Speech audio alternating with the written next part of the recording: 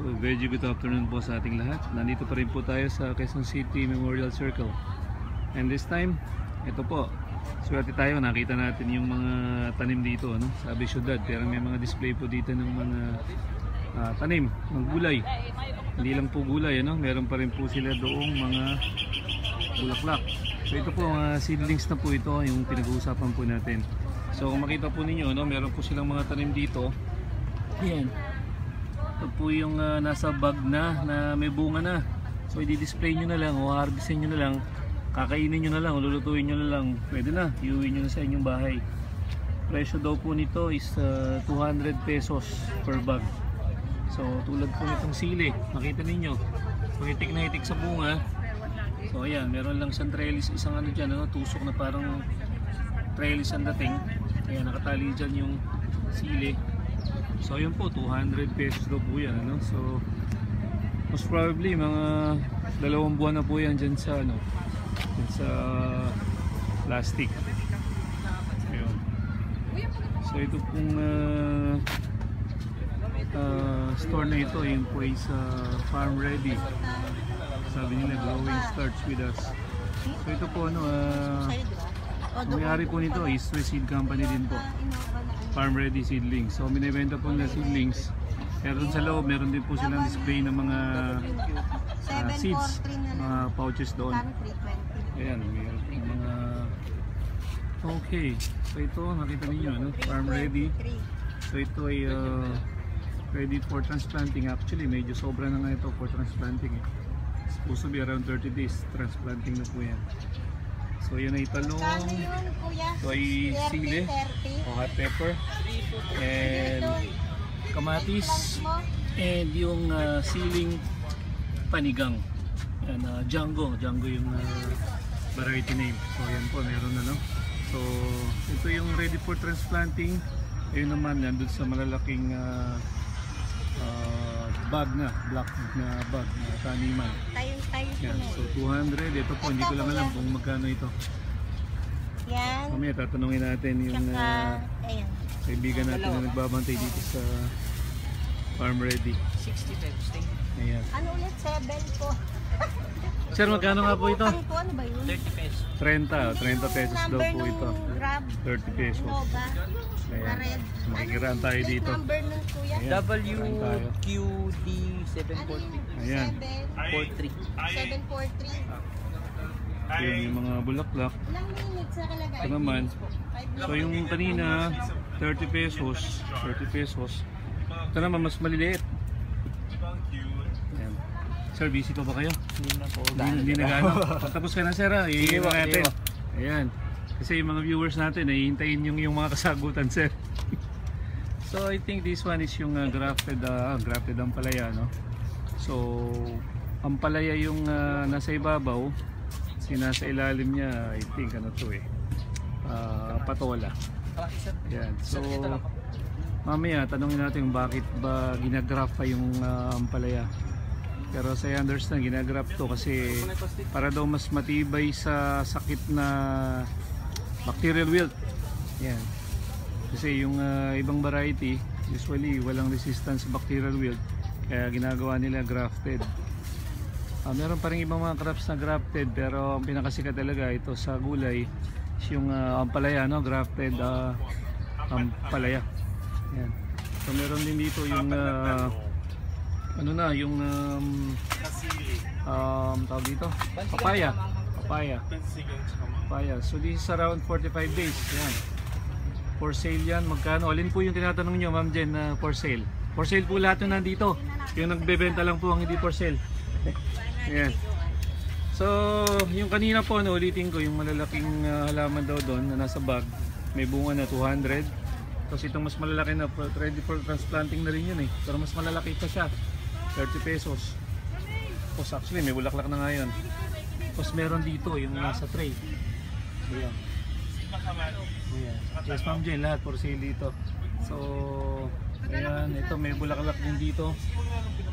Ayan. Papaya, mamaya tatanungin natin kung magkano. Pakita ko muna yung iba. So ito, meron din sila mga pouches ng seeds dito. Sabi ko sa inyo, no? East-west yan. So iba-iba yan. Sabi niya kanina sa akin, yung pouches ng seeds na ito ay 60 pesos, 60 pesos. So halimbawa po yung kamatis. Kamatis, 60 pesos. Ang laman niya ay 200 seeds. So 200 seeds, napakarami na pong laman nun, ano? Napakarami na. So ngayon, so same lang din, may mga halaman dito. Tapos may mga seedlings. Yan. So mamaya, ang anuhin na lang natin, tatanungin yung mga presyohan. Seeds po yan, sir. So iba-ibang mga, ayan, flowers. Pinakabulaklak po. Ina-info. Saka makita ninyo, no, mga naka-tray na, seedling tray, yung tawag po doon. Ang pinagtataniman ng mga gulay na yun. Mga seedlings, mga punla. Yan, meron din po dito mga flowers. O meron daw po ba kayong tomato seed? Pomelo ha, pomelo. Sir, wala pong pomelo ang farm ready. Ni Swiss, wala din pong buto ng pomelo. Mga gulay lang po, ano, usually mga pinakbet. Pinakbet variety. Tsaka po itong mga halaman na ito ng mga flowers. Yan, yun po binibenta nila. Saan daw makabay ng Iswa Seeds? Sa Pasig area. Hindi ko po kabisado, no? Pero mamaya bibigay ko sa inyo yung number ng ahente para po matawagan ninyo kung saan po sila sa Pasig meron. Yan. Ganda, yan o. Papasadaan ko po mga bulaklak. Yan. Ganda po yung mga pagpapatubo nila dito. Yan. Mamaya pag hindi na sa busy yung kaibigan natin, tatanungin na natin. Ayan. 35. Sabi po, maganda rito.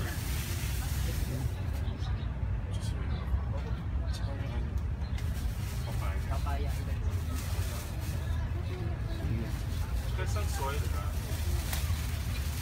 Kuya, pwede pa po.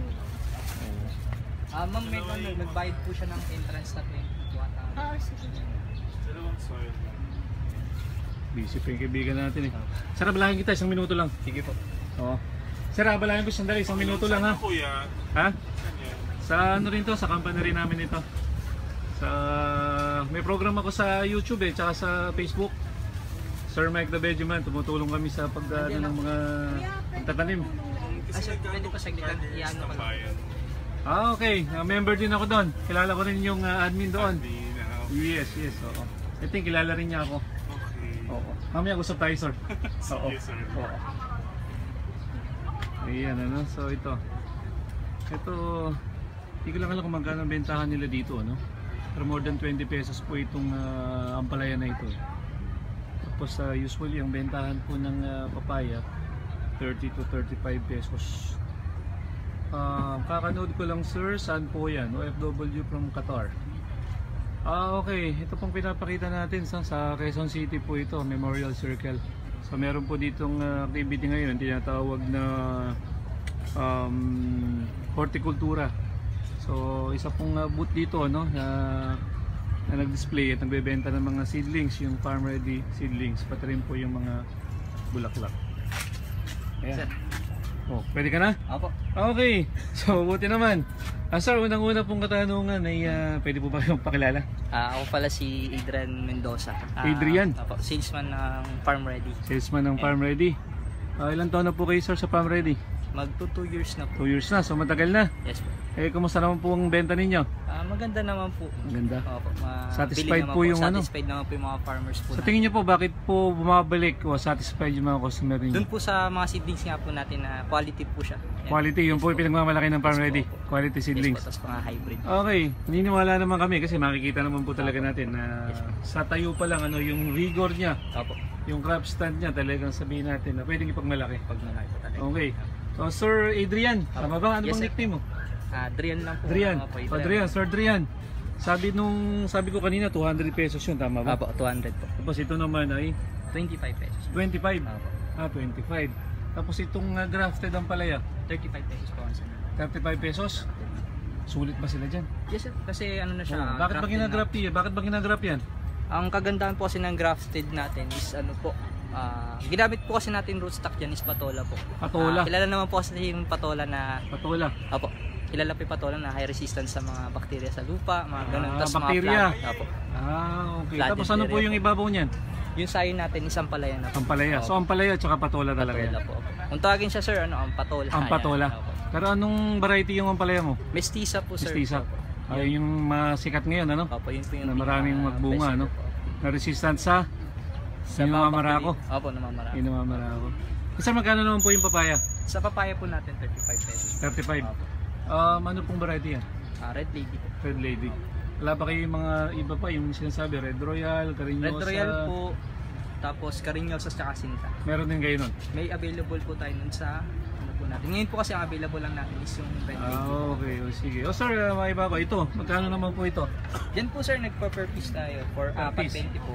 Apat, 20 pesos. So, 5 piso. 5 piso po. Pwede bang isa lang bilhin? Minimum natin sir, 4. Minimum 4. So, pagpunta nila dito, minimum 4. 20 pesos. Okay. So, ito sir, ano po bang bulaklak ito? Ornamental, mga petunia po. Petunia. Magkano po ito? 50 pesos po. 50 pesos. Ito naman po, ano po ito? Celosia. Celossia. Yan po yung hybrid Ito na po yung swan. celosang halaman. Apo. Celossia. Celosia, Magkano po to? apo. 50 pesos din 50 pesos. So, puro 50 yung ano ninyo. Yes sir. Yung inyong mga ornamental. Ornamental po. Oh. Maliban lang po to sir sa natin. Ito begonia. Saan po? Ito sir. Makita ko po ah. Ay, begonia. Ito po, magandang halaman to. Matibay ito eh. Okay, tsaka matagal po. Oh, matagal po lifespan ito. Tapos talagang grabe yung bulaklak niya. Walang tigil. May tanim po ako dati niyan eh. Magkano ho ito? 100 pesos po. 100 pesos. Ah, pwede na rin ano. Tapos ito pa, yung bulaklak pa rito. Ito sir, ano po mga bulaklak ito? Dianthus naman siya sir. Dianthus. Pinaka-hybrid. Maganda rin ba yan? Yes sir. Magkano yan? 50 pesos lang din po siya. Murang-mura yan. Okay. So yun. Ito, huli na to. Yung mga seeds mo, magkakano yan? 60 pesos po per 60 pesos. Lahat-lahat yan, kahit Yes anong po, variety yan any sir. variety. Oh, okay. Sige. So, huling ano na lang po sir. Saan po available ito? Sa Bulacan po ba? Apo, available po kami sa address po namin sa ano po, Kapihan San Rafael, Bulacan po yung Kapihan. pinaka farm ready po. Doon po production area ninyo. Yung production area po namin. Ah. Tapos meron din po kaming booth po sa SM Baliwag. Simbaliwag. Yes po. Meron pa po ba sa iba? Tapos dito po sa Quezon City Circle po, every third week of naman po nandito po kami. Every third week of the month. Yes po. Start Nandito po po yun kayo. na Friday to Sunday po, 3 days. 3 days. Yes. Friday to Sunday. Third week of the month. Opo. Ah, okay. Anong oras po yun sir? Maaga sir, mga 6 a.m. po hanggang 6 p.m. po maaga. Okay. Sige, sige. Pero dito po sa hortikultura, hanggang kailan po kayo dito? Feb 1 po kami nag-start hanggang February Hanggang 10. February 10. Opo. Hanggang anong oras po usually? Mga 6, 7, ganun po. Yun po nagsasarado. Yes po, sarado. Okay. O, sige. Si Adrian, pwede mo po silang anyayahan na gumamit din ng farm ready seedlings? Inaanyayahan ko po kayo na i-try yung aming yung aming mga seedlings, ornamentals and magaganda po and quality po. Okay. O, Sir Adrian, maraming salamat ha. O, sige po, Yeah, salamat. para po sa mga viewers natin, ano? So, mula po dito sa Quezon City Memorial Circle, mula po sa programang Hortikultura. Ito po ang inyong Benjamin, Sir Meg the Benjamin. Benji, good afternoon po sa ating lahat. Marami pong salamat. Oh, humabol pa si Sir Pedro. Sir Pedro, magandang hapon sa iyo. Mula dito sa Quezon City Memorial Circle. Marami pong salamat.